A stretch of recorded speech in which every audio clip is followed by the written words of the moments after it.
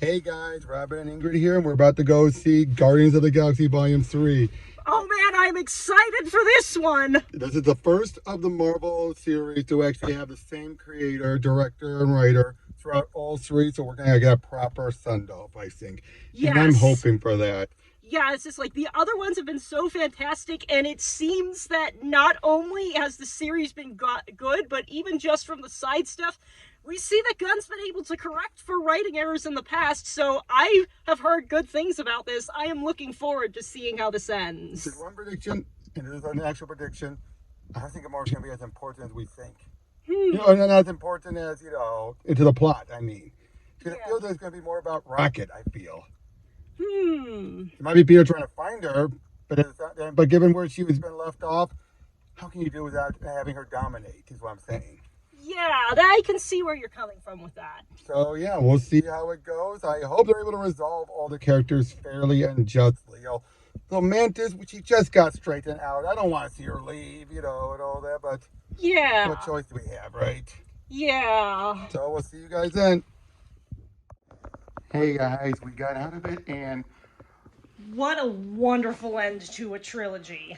the best end to a trilogy I've ever seen in any movie. I can't think of a better that wasn't an adaptation of another trilogy.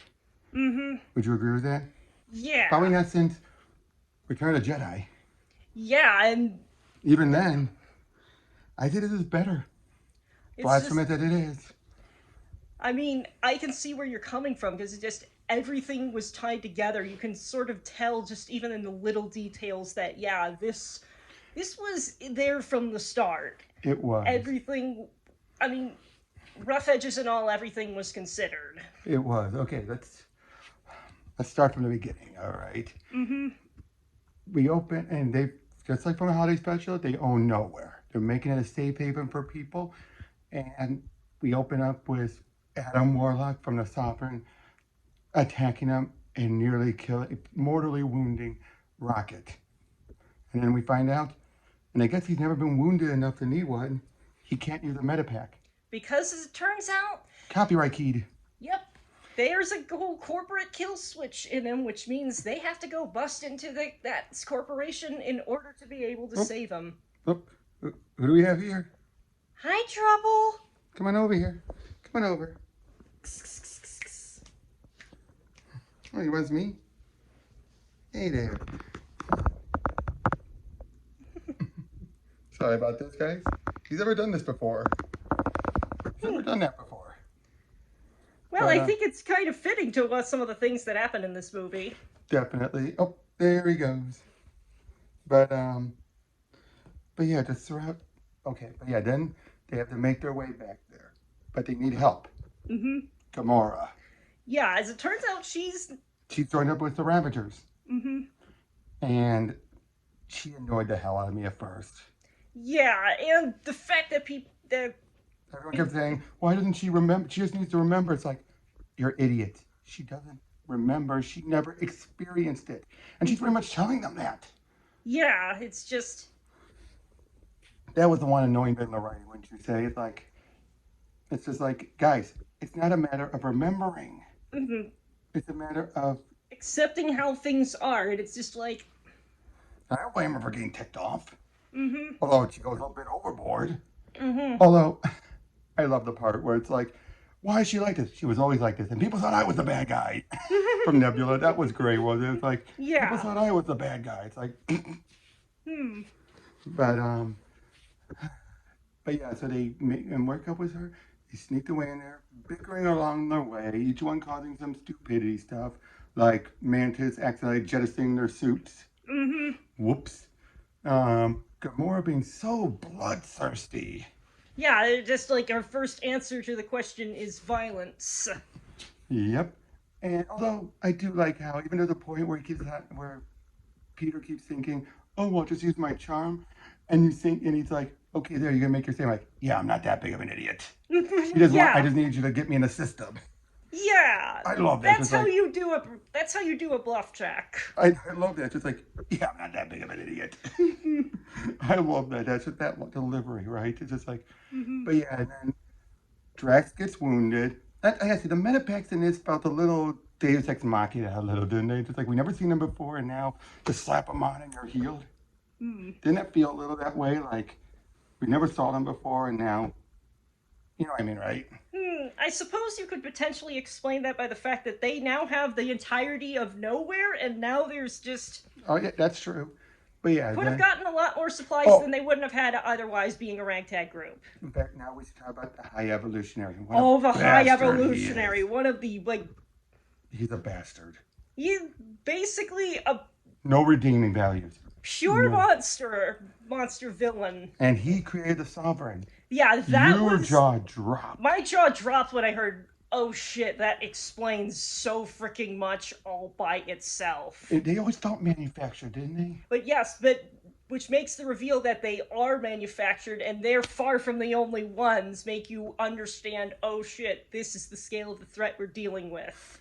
And Adam Warlock was wasted here. I'm gonna say that up front. Yeah, I'm not going to disagree with that. I mean, he was good, But he wasted. could have been better. He could have been better. But yeah, he's again, he attacks Rocket, but it turns out he's just a child. He was released way too early. But yeah, the High Evolutionary. Oh God, let's talk about Rocket's backstory till we find out.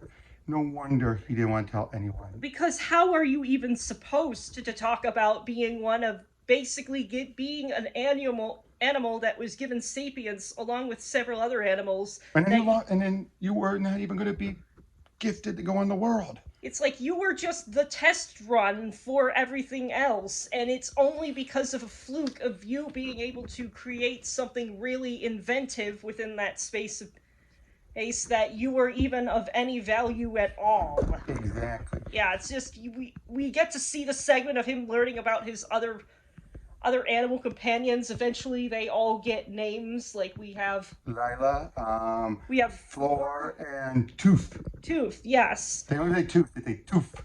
Yes, and like Lila, I adored. she was just yeah. It's just Oh, he's back. hi, Trobby. Yeah, but then, oh, sorry. Hey, hi there.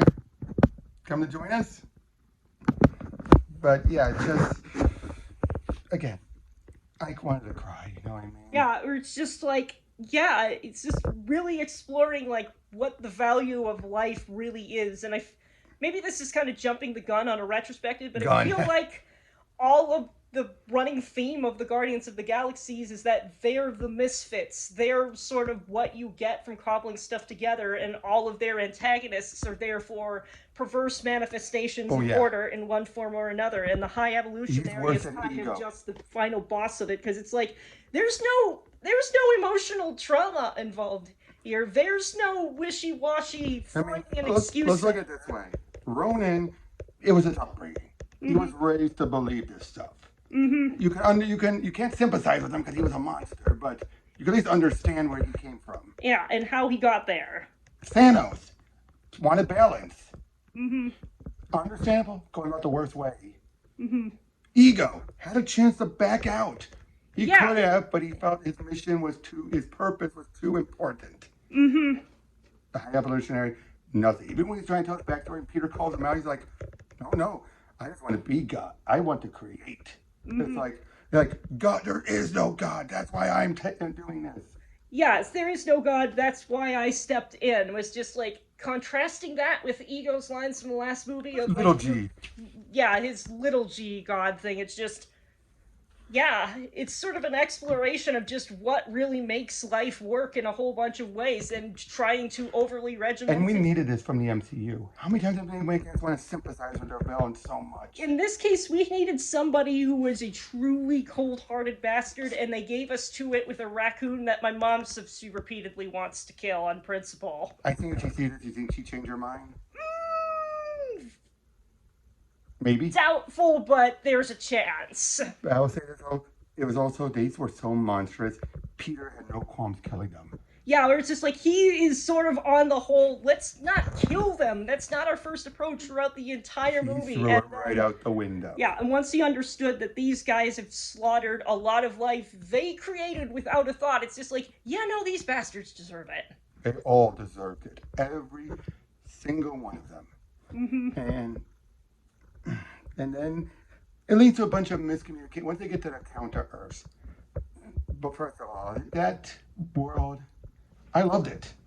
It's like, yeah, it's just, it felt very like surreal in the absolutely best way for And the sort of, batshit way, literally bats. yes, quite literally bats in some ways, or it's just like, Oh, we didn't also mention some of the other characters. Mantis and Drax, best writing from both of them. Even better than the holiday special. yeah, it's just, we have a Mantis who is sort of getting a lot more assertive and finding a lot better ways to use her powers and sort of find her place. And we get back to sort of like the emotional core of like what made Drax Drax. Like, Oh yeah, we're jumping ahead, but Nebula put it best. You're not meant to be a destroyer. You're meant to be a dad. yes, yeah, because what set him on the path of vengeance in the first place? Because his loved ones are killed. The loved ones were the point, not the violence. Exactly. Although he did take offense when they all called him an idiot. Yeah, that's fair. And I did not like that. One thing I did not like, Mantis told him to forget. It's like, Mm-hmm. no, Mantis, come on. Come on. Although I did think it was kind of like a fair trade for like the whole ugly gag back True. in Guardians 2. True, that's true. But oh yeah, Nebula, bet Nebula was at her best here. Yes, she really And I was. was saying, I thought that joke about saying like it sounds like her. I thought they were gonna try and bury her and beat her up. Nope. Nope. But she's the team mom. She is definitely the team mom. I She's felt the that when they kind were in of, the car.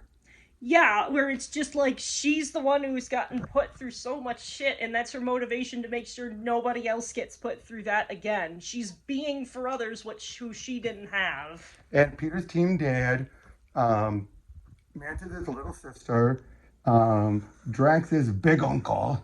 Yes. Um, what would you call Rocket? Rocket's the crazy uncle. The crazy uncle, but usually right. Yeah, he's the street smart uncle. I take that back. Right. And Groot is Groot. Yeah, Groot is Groot. You really can't really place him anywhere other than that. He's just there. Yep, but like I said, so they eventually make their way to Counter Earth. And during that time, Gamora on her own starts to, with some breathing room, realize things. Mm-hmm. Would you agree with that?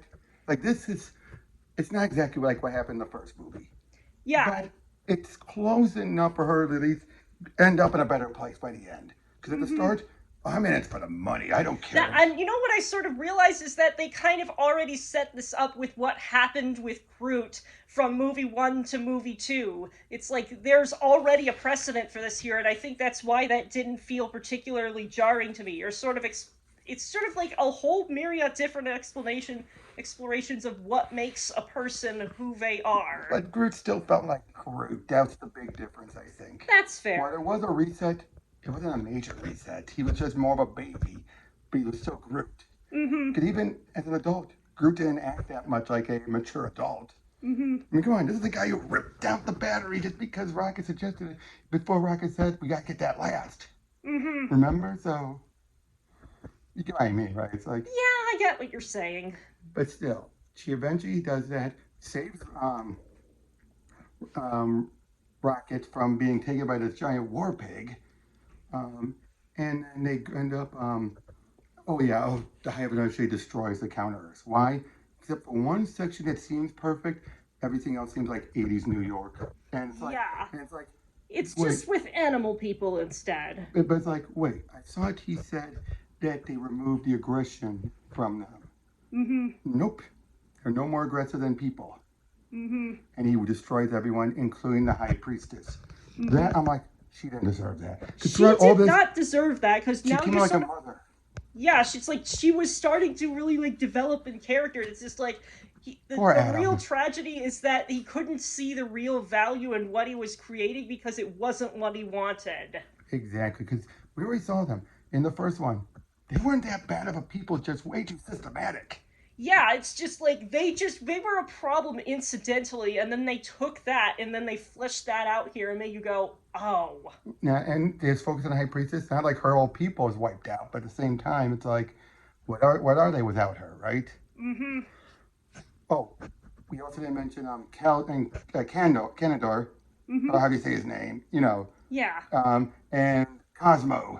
Oh yes, yes, That was those part of the two. plot point because he's trying to get control of the arrow. Mm-hmm. Yondo's arrow. And not doing well. Cosmo's a telekinetic dog, telepathic telekinetic dog. So she shows off, I gotta say, I agree with him when he calls her a bad dog because she's being smug and mocking him when he's struggling. Yeah. And of course, she was all like, "You take that back! You take that back!" And then at the very end, when they bring Nowhere to attack the High Evolution, which Which was that was like another destroy jaw that drop. dead god. Yeah. And yeah, and then during that, he figured out how to use the arrow. You gotta do it from the heart. Mm-hmm. But then it gets stuck. Cosmo saves him, and says, "She's a good dog." Perfect. Everyone had a moment. Gamora did. Everyone did.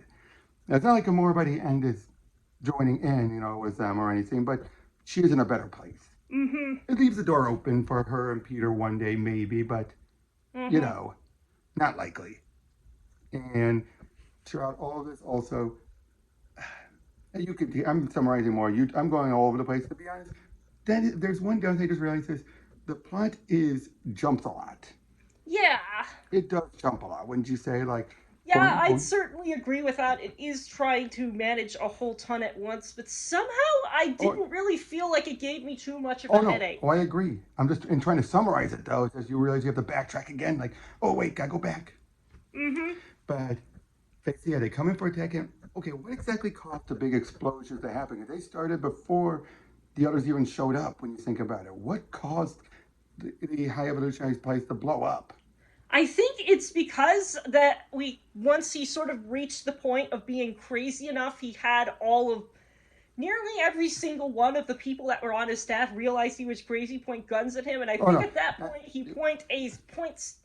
I think yeah, in that moment it's just well, I no, the ship imagine was starting to he blow up even before that, is what I'm saying. Remember, it was starting to have these explosions everywhere. It started not long after he dropped Drax, Nebula, and Mantis into the pit with the creatures from the start of the second movie. yeah, where it's just like wait, he was behind those two. Suddenly that explains so much. And even Mantis says they don't eat people; they just eat batteries. Mm-hmm. But it's like you get what I'm saying, though, right? It's just it Yeah. felt like the explosion started. Was it because of the volley from Star Lord and the others? I don't know. I mean, the first attack made sense, because Mm-hmm. Nowhere shot a big cannon and everything. But and it turned out there's a bunch of kids on board. Because they were apparently planning on nuking that and then just moving all of this stuff to plant a new colony someplace else. And suddenly it's just like, oh, we can't just blow the ship up anymore because we're not going to treat these lives as disposable as they have been treating them. And this is when we find out apparently Drax knows the language. Mm-hmm. Why didn't you tell us? You never asked. Hmm. Okay, that sounds like old school Drax, doesn't it? That really does feel like old school Drax. Yep. And he shows like my little girl, made her laugh. Monkey sounds. How are this monkey sounds? That was true, right? But Yeah. and we focus on one of the little girls who ends up being important by the end. Mm-hmm. But throughout all of this, and the climax is a different climax. It's not Yeah. a big fight or anything. It's not a boss fight. It's a rescue because they're trying to make sure to like get all of this life out of there and onto nowhere before everything goes down in a blaze, because the thing that finally does sort of set the ship truly self-destructing is basically the high evolutionary. Yeah, everyone's starting to do a mutiny because they're so tired of his obsession. Mm-hmm. Even to the point where they said, like, open the pit. Sir, we'll lose our bargaining chip. Mm-hmm. He didn't care. He wants Rocket. And I get his obsession.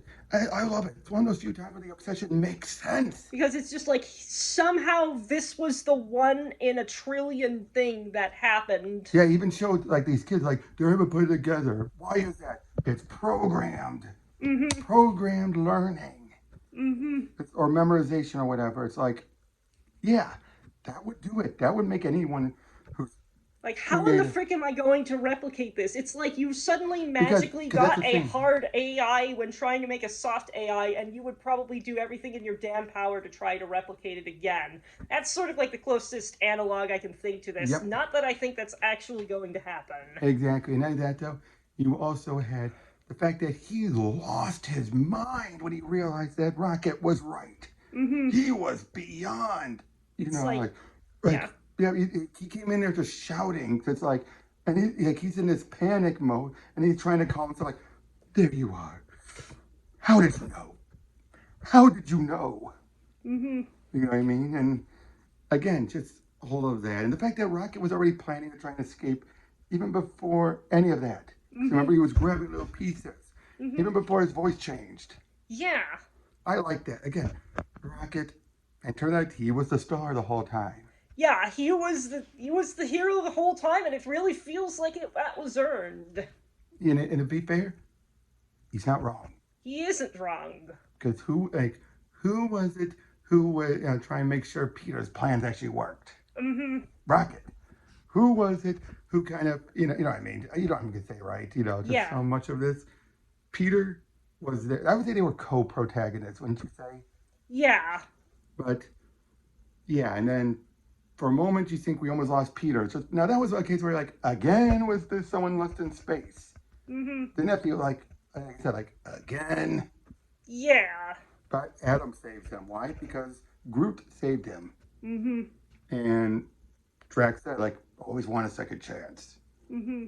And yeah, oh, and the High Evolutionary, he goes down like a punk. Mm-hmm. He was a glass jaw villain, wasn't Yeah, he? it's just like his strength was in all of the influence and resources he commanded, but he couldn't fight for anything. The moment they were ready for mutiny, he lost everything. Mm-hmm. But turns out Rocket ripped his face off. Yeah, to the point where it's like, yeah, they basically had Mhm. to stitch something else on, and he's a mess.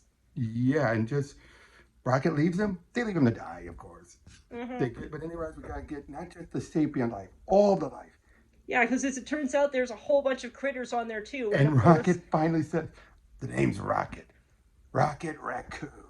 Because all the time he's like, "Don't call me that," because he never wanted to believe it. And mm-hmm. then once he saw all the little blitters like him, what did it say? Common name, Raccoon.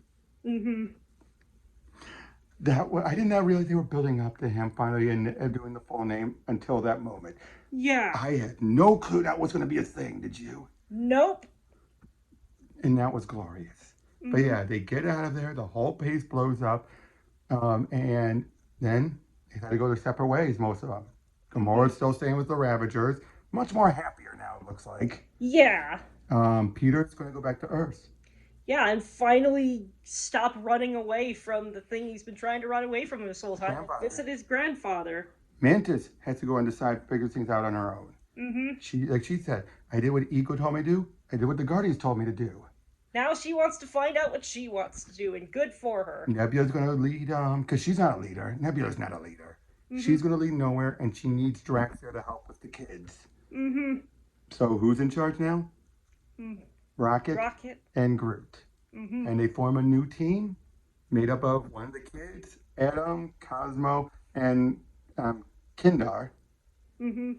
And that was great, especially when they were talking about the music, because Peter even left him the Zune. Yeah.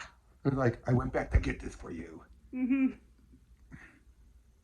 And it was touching, wasn't it? Just felt like Yeah. all the closure made sense.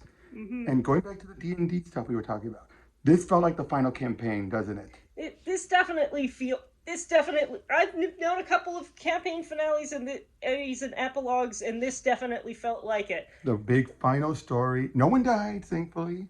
Mm-hmm. I mean, I'm not saying they all have to have someone die, but in general, this felt like, yeah, the final story. And by the end of it all, Peter and Mantis wanting to leave made sense.